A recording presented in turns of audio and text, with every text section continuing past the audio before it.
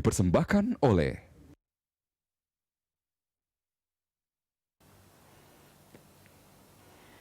Senang sekali saya Nasiti Lestari dapat menjumpai Anda hari ini. Pemirsa, kiprah kaum perempuan Indonesia di berbagai bidang sangat luar biasa. Bahkan di bidang politik, kaum perempuan adalah aset besar milik bangsa yang harus terus didorong maju, bukan hanya secara kuantitas, namun juga kualitas. Bagaimana kiprah kaum perempuan di parlemen saat ini? Kita akan membahasnya dalam 30 Minutes with MPR RI.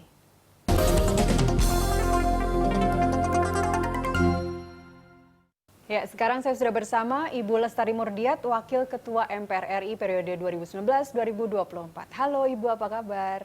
Baik, apa kabar? Saya buka masker ya.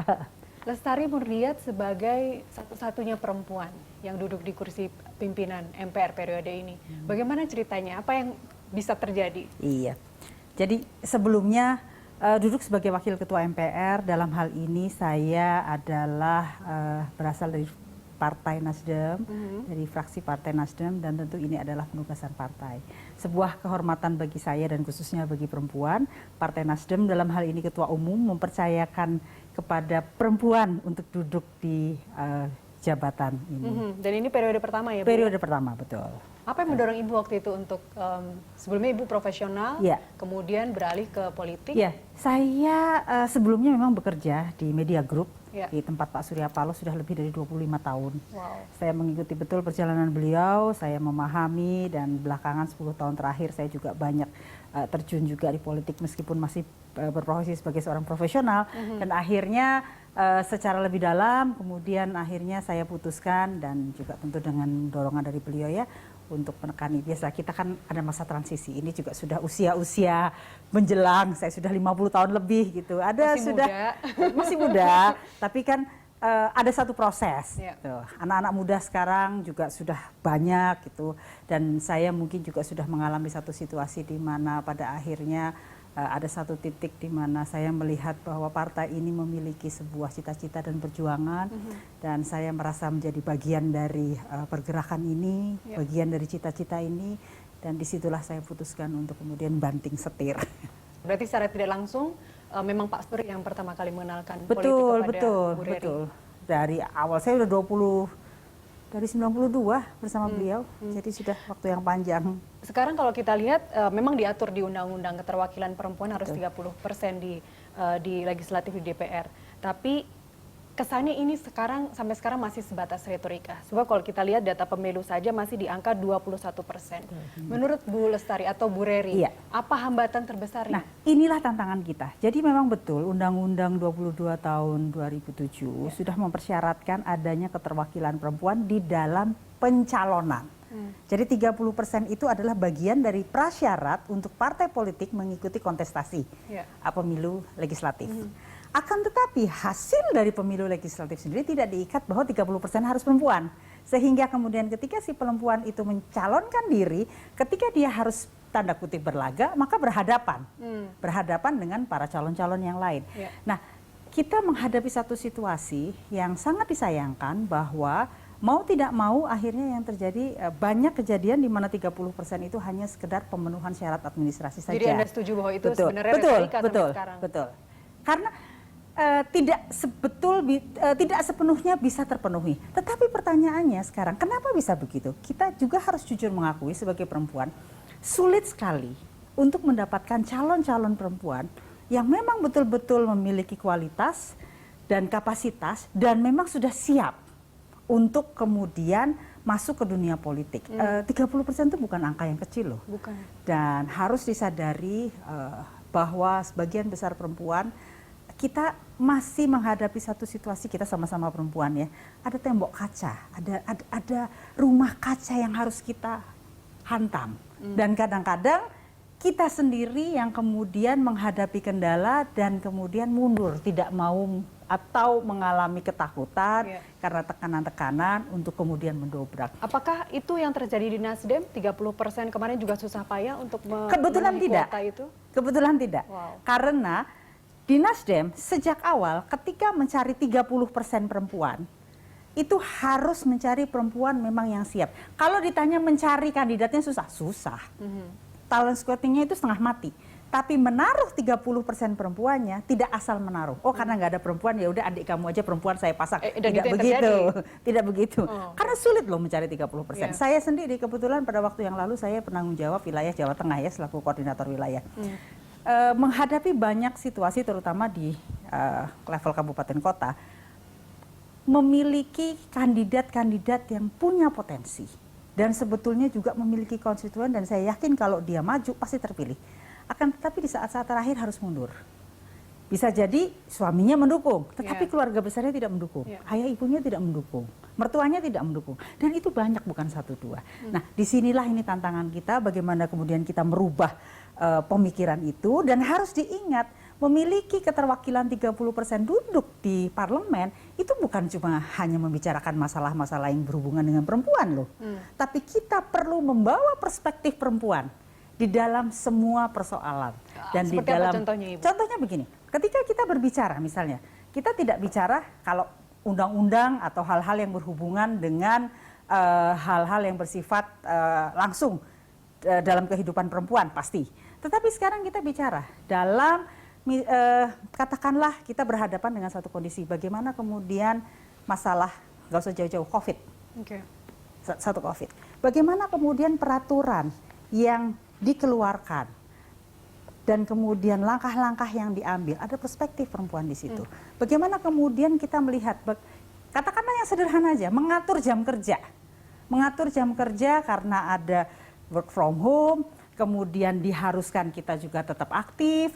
Lalu bagaimana kemudian perempuan bisa memberikan perspektif bahwa ketika kita bicara soal work from home, kita bicara soal pembatasan skala besar, kita bicara masalah pembatasan mobilitas kita.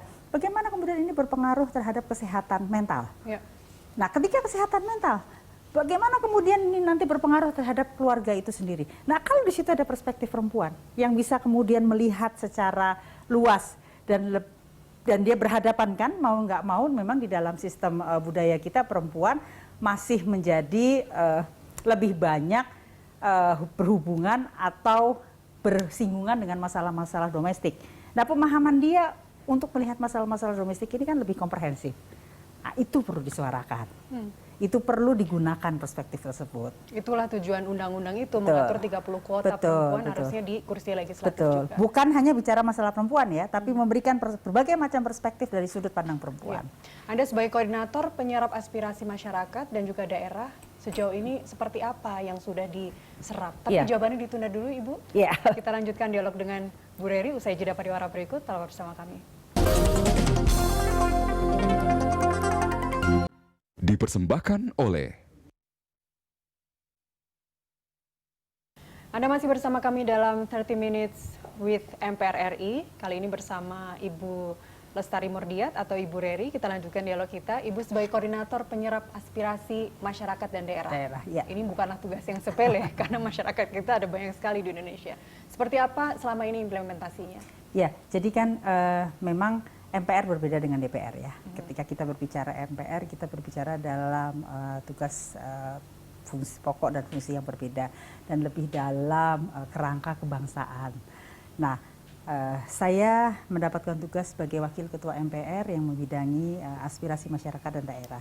Jadi dalam hal ini tentu tugas saya adalah mendengar dan menerima masukan dari masyarakat dalam kapasitas sebagai anggota MPR. Jadi agak berbeda dengan DPR. Kalau DPR kan kita juga memiliki tugas mendengarkan aspirasi secara langsung. Nah, dalam konteks ini tentu yang banyak dilakukan adalah melakukan dialog dan dalam kapasitas sebagai wakil ketua MPR dengan tugas yang utamanya adalah berbicara mengenai bagaimana kita kembali mengingatkan publik akan 4 konsensus kebangsaan dan kemudian bagaimana kita mengaitkan dengan mendengarkan aspirasi dari masyarakat di daerah tentu melalui berbagai macam kegiatan yang dilakukan. Nah, memang saya dilantikkan bulan Oktober akhir ya, Oktober awal, Oktober, November, Desember, Januari, Februari, Maret kita COVID. Nah, Tapi bukan berarti pekerjaan kita kemudian tidak bisa dilakukan. Mau tidak mau memang harus banyak penyesuaian. Apabila pada waktu yang lalu saya memang menyempatkan diri berkeliling dan sudah sempat berkunjung ke beberapa daerah untuk mendengarkan masukan, berdialog. Ketika reses? Kalau MPR nggak reses. Kalau berbeda, kalau reses itu kan di DPR. DPR ya dalam kapasitas sebagai anggota legislatif di Dapil, tapi dalam kapasitas sebagai anggota sebagai wakil ketua MPR berbeda. Jadi ini tidak berkelilingnya juga tidak hanya di Dapil di seluruh Indonesia. Nah, salah satu yang dilakukan tentu berdialog dengan tatap muka, mengadakan diskusi-diskusi terbuka, dan sebagai wakil ketua MPR bidang aspirasi masyarakat dan daerah, sebetulnya sejak sebelum COVID, saya membuat satu forum yang saya namakan Forum Diskusi Denpasar 12. Ini Jalan Denpasar nomor 12. Okay. Jadi dibuat sebuah forum diskusi, waktu mau cari nama, sudah, memang ini rumah rakyat ya, jadi kita sebut Forum Diskusi Denpasar 12 yang secara rutin setiap Rabu berdiskusi semua isu-isu yang sedang menjadi perhatian publik dan mencoba menyerap aspirasi dari segala lapisan masyarakat golongan. Nah, inilah yang dilakukan setiap Rabu dan kemudian awalnya diskusi terbatas 30 orang di rumah ini. Siapa kemudian saja yang hadir, Ibu? Ganti-ganti tergantung topiknya. Tapi sekarang karena COVID akhirnya kita buka, kita lakukan secara daring. Jadi setiap Rabu Forum Diskusi Denpasar 12 melakukan diskusi yang kita buka secara daring, yang kita undang pasti pembicara dan narasumber yang mewakili stakeholder ya. Dari pemerintah harus ada, kemudian dari ahli itu sendiri ada, dan dari masyarakat serta civil society. Jadi gabungan, ada government, ada civil society. Dan kalau itu berhubungan dengan kebijakan publik tentu lebih banyak mereka tadi. Tapi kalau kemudian berhubungan dengan misalnya kita berbicara masalah ekonomi, kemudian ya tentu ada korporasi juga diajak. Terkait Ciptaker mungkin juga kemarin sudah kemarin sudah sempat. Dan tapi apa nanti yang nanti tanggal 18 November kami akan mengangkat lagi mengenai Ciptaker. Tapi khusus dalam kerangka bagaimana melihat undang-undang Ciptaker ini. Kemudian nanti, karena kan setelah proses disetujui ini masih cukup panjang ya, harus dilanjutkan dengan PP dan turunannya yang kemudian nanti bagaimana implementasinya. Nah, besok kami akan melakukan pembahasan bagaimana menempatkan ini dalam kerangka hubungan pusat dan daerah. Sejauh ini apa yang diserap dari kegiatan secara virtual kemarin? Apa aspirasi mereka terkait dengan undang-undang ini? Pasti ada yang pro, ada yang ya. kontra. Kalau Ciptaker kan sudah banyak dilakukan juga kami melakukan diskusi Ciptaker waktu yang lalu masih sebelum disahkan menjadi undang-undang. Setelah disahkan baru nanti akan dilakukan lagi. Tapi kan range diskusinya itu besar sekali, tergantung topik. Antara lain yang banyak juga diangkat khususnya mengenai COVID. Karena ketika kita bicara COVID, kita tidak bicara penyakitnya saja, tapi bicara berbagai macam, mulai dari kebijakan sampai juga kesehatan mental, kesehatan masyarakat. Sosialnya. Nah, khusus Ciptaker nanti kita lihat. Karena nanti tanggal 18 disitulah kita akan menyerap. Tapi pada waktu yang lalu memang cukup banyak masukan, dan masukan-masukan itu juga sudah disampaikan kepada baik pemerintah maupun pimpinan MPR yang lain maupun DPR. Kalau kita bicara undang-undang Ciptaker, ini kan memang undang-undang prioritas tahunan. Jadi memang terkesan dikebut, padahal juga memang dikebut karena namanya juga prioritas tahunan begitu. Apa yang salah di sini? Kenapa banyak yang kemudian kita lihat kemarin sampai sekarang pun juga masih banyak demonstrasi. Komunikasi publik yang perlu diperbaiki. Saya tidak bisa mengatakan atau menjawab apakah ada yang salah di sini. Karena begini, dalam mengambil keputusan selalu ada dua keping mata uang. Dua sisi ya. Pasti ada yang pro, pasti ada yang kontra. Itu tidak bisa dihindari. Akan tetapi marilah kita lihat tujuan awal kenapa undang-undang ini kemudian disahkan atau kenapa undang-undang ini diinisiasi oleh pemerintah. Yang harus dilihat sekarang, kita bicara sebelum COVID ya, apalagi ya. Bagaimana kemudian Indonesia bisa menjadi tempat yang menjadi pilihan dari investasi global. Dan ada keberlangsungan. Dan kemudian ada jaminan dan ada kepastian. Itu kan yang sebetulnya selama ini menjadi permasalahan. Apakah kemudian kita melihat ada kekurangan? Ya, pasti semua ada kekurangan. Tinggal sebetulnya bagaimana kita bisa duduk bersama-sama dari semua pihak untuk kemudian memperbaiki kekurangan-kekurangan ini. Endingnya kan bagaimana kita bisa mendapatkan hasil yang lebih baik. Nah, ketika kemudian barangkali ada evaluasi, wah ini kurang keterbukaan, kurang komunikasi. Ya saya kira ini pelajaran buat kita bersama. Tapi kalau ditanya kepada saya, apakah Undang-Undang Cipta Kerja ini sifatnya tertutup? Rasanya tidak. Bisa disaksikan kok. Di dalam setiap pembahasan, TV parlemen itu selalu terbuka. Ya. Kalau saya menyatakan begini, pasti yang kontra juga banyak.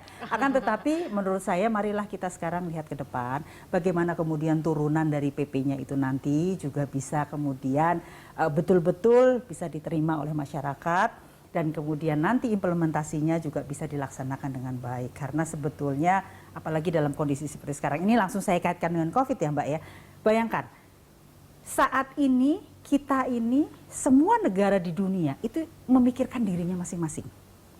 Sudah nggak berpikir lagi bagaimana teman kamu, tetangga kamu, saudara kamu.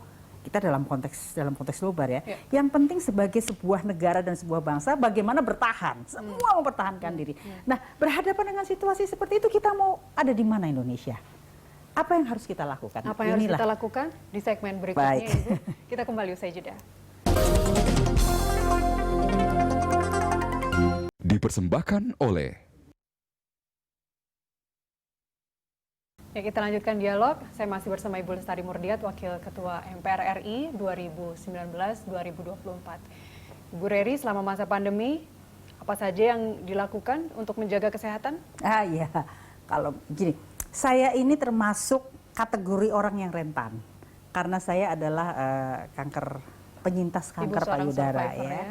Dan saya didiagnosa mengidap kanker itu akhir 2016 Desember, dan kemudian saya menjalani pengobatan kemoterapi itu 2017. Jadi 2017 rambut saya hilang sampai gundul ya 2017. 2018 saya masih melakukan, 2018 ada terapi lanjut, 2019 sampai 2020 ini masih sebetulnya masih harus kan sampai 5 tahun ini ada terapi. Dan karena tidak bisa banyak bergerak dan kemudian sempat terkendala, jadi ya mau tidak mau harus dari diri sendiri ya. Yang paling penting dijaga tentu kita tahu batasannya. Tadi sempat ditanya bagaimana ke kantor ya, karena saya tahu bahwa saya termasuk salah satu orang yang rentan, maka saya betul-betul membatasi komunikasi. Tetapi bersyukurlah bahwa teknologi sudah sedemikian maju sehingga meskipun tidak bisa dengan leluasa bergerak, aktivitas tetap harus berjalan. Itu terutama ya, pasti olahraga ya. Yang jelas kita diberkahi dengan matahari yang luar biasa, manfaatkanlah karena ternyata penelitian membuktikan matahari itu membuat daya tahan dan tubuh kita menjadi lebih kuat, dan memang mau tidak mau ya kita harus melakukan langkah-langkah. Ya sudahlah, gemuk nggak apa-apa lah, tambah gemuk. Tapi yang penting makan sehat. Sehat dan pikirannya harus tenang. Pikiran juga harus tenang. Ibu pernah mengatakan dalam masa pandemi ini yang kita tidak tahu kapan akan berakhir. Yang penting adalah gotong royong, semangat solidaritas dan juga kolaborasi sangat diperlukan. Betul. Seperti apa bentuk atau implementasinya? Jadi pada awal-awal pandemi, tadi saya sudah ceritakan bahwa kami memiliki forum diskusi dan pasar 12. Beberapa kali serial memang khusus mengangkat secara masalah pandemi. Awal-awal kita bicara penyakit, tapi bukan hanya bicara penyakit, dari beberapa seri yang lain kita bicara dalam konteks berbagai macam. Nah, kami membuat tim forum diskusi dan pasar 12 membuat survei, dan mayoritas masyarakat itu menyadari bahwa ancaman dari pandemi ini bukan masalah kesehatan saja, tetapi masalah sosial dan masalah turunan lain. Ekonomi sudah pasti, kita juga lihat bahwa apa yang terjadi sekarang. Kita bersyukur ya bahwa waktu yang lalu kita minus 5% lebih, sekarang sudah minus 3%. Masih minus tapi kelihatan ada pertumbuhan. Tetapi bersyukurlah kita sebagai satu bangsa, karena kita sebetulnya punya tameng yang namanya Pancasila. Jadi konsensus kebangsaan Pancasila merupakan ideologi yang menjadi tameng bangsa menghadapi ini semua.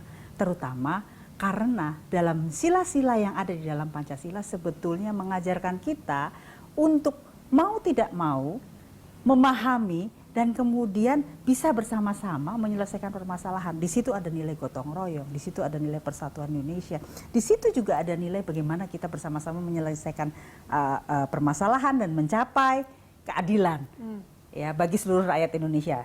Nah, Pancasila lah tameng dan pegangan kita. Itu sebabnya kenapa kemudian saya menyatakan dalam beberapa pertemuan dan setiap kali pertemuan bahwa nilai-nilai persatuan diwujudkan dalam gotong royong, dan kita melihat ketika kita menghadapi masalah seperti ini, coba perhatikan, masyarakat Indonesia itu memiliki solidaritas yang tinggi dan spontanitas, kebersamaan yang kita dari sejak zaman tsunami terlihat. Dan memang ada survei yang menunjukkan bahwa orang Indonesia itu memiliki indeks berbagi itu setiap tahun makin tinggi, dan itu sudah diwujudkan, kita sudah lihat ya.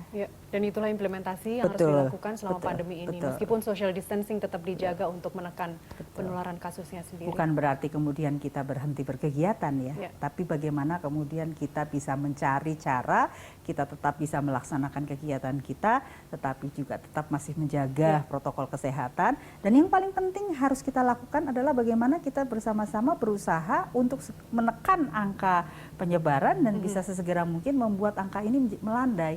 Karena sampai hari ini kita belum melihat. Sampai ditemukan vaksin, saya rasa seluruh dunia masih harus bersama-sama melakukan berbagai macam upaya untuk melakukan pencegahan. Terkait dengan pemulihan ekonomi, kita memang tidak boleh menyerah terhadap kondisi saat ini, tapi untuk pemulihan ekonomi sendiri penting. Di satu sisi kita akan menghadapi jurang resesi di depan, tapi kesehatan dan kesejahteraan masyarakat juga harus diperhatikan. Bagaimana cara Ibu menjelaskan kedua hal itu? Saya kira begini, pertama kali mesti dilihat ya. Pemerintah sudah mengeluarkan berbagai macam kebijakan yang sekarang juga sudah menjadi undang-undang sebagai salah satu cara untuk menjawab permasalahan yang ada. Ya, beberapa stimulus juga sudah dikeluarkan, dan kemudian beberapa kebijakan, kemudian beberapa kemudahan. Nah, ini sebetulnya adalah salah satu cara yang secara langsung bisa membuat, tentu ini tujuannya adalah kalangan bisnis dulu ya, untuk tetap bisa bergerak. Pemerintah juga membuat kegiatan-kegiatan dan menekankan agar serapan anggaran bisa terjadi dengan baik. Itu yang pertama. Kedua, di sisi masyarakat sendiri, kita memang tidak bisa mengingkari bahwa dengan adanya situasi seperti ini, semua orang kan pasti menahan diri untuk tidak melakukan konsumsi. Nah, bagaimana kemudian ada cara-cara yang bisa membuat konsumsi ini terjadi tanpa harus mengabaikan berbagai permasalahan yang ada.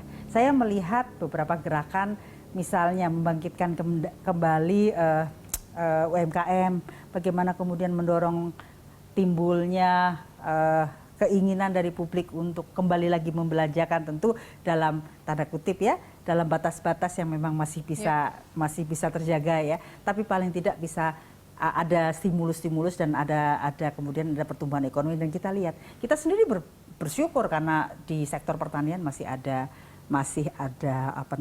pertumbuhan. Terakhir Ibu, bulan depan adalah Hari Ibu, tanggal 22 Desember. Bagaimana cara kita memperingati Hari Ibu dalam kondisi yang harus diingat, Hari Ibu itu di Indonesia bukan Mother's Day. Tapi Hari Ibu sebetulnya adalah hari di mana para perempuan Indonesia harus kembali mengingat perjuangannya. Sejarahnya kan Kongres Perempuan. Sejarahnya adalah bagaimana perempuan Indonesia mengambil peran di dalam seluruh kehidupan berbangsa dan bernegara. Nah, saya ingin mengajak semua perempuan Indonesia untuk kembali melihat lagi nilai-nilai tersebut, dan kemudian berani tadi mendobrak tembok kaca dan rumah kaca, mencari dan membangkitkan lagi potensi dirinya untuk bisa menyumbangkan apapun yang dia miliki bagi bangsa dan negara, tanpa kemudian melupakan tentu kodratnya sebagai perempuan. Baik, Ibu Reri, terima kasih bersama kami hari ini. Demikian tadi 30 Minutes with MPR RI, mewakili seluruh kerabat kerja yang bertugas, saya Nasiti Lestari undur diri. Terima kasih sekali lagi, sampai jumpa.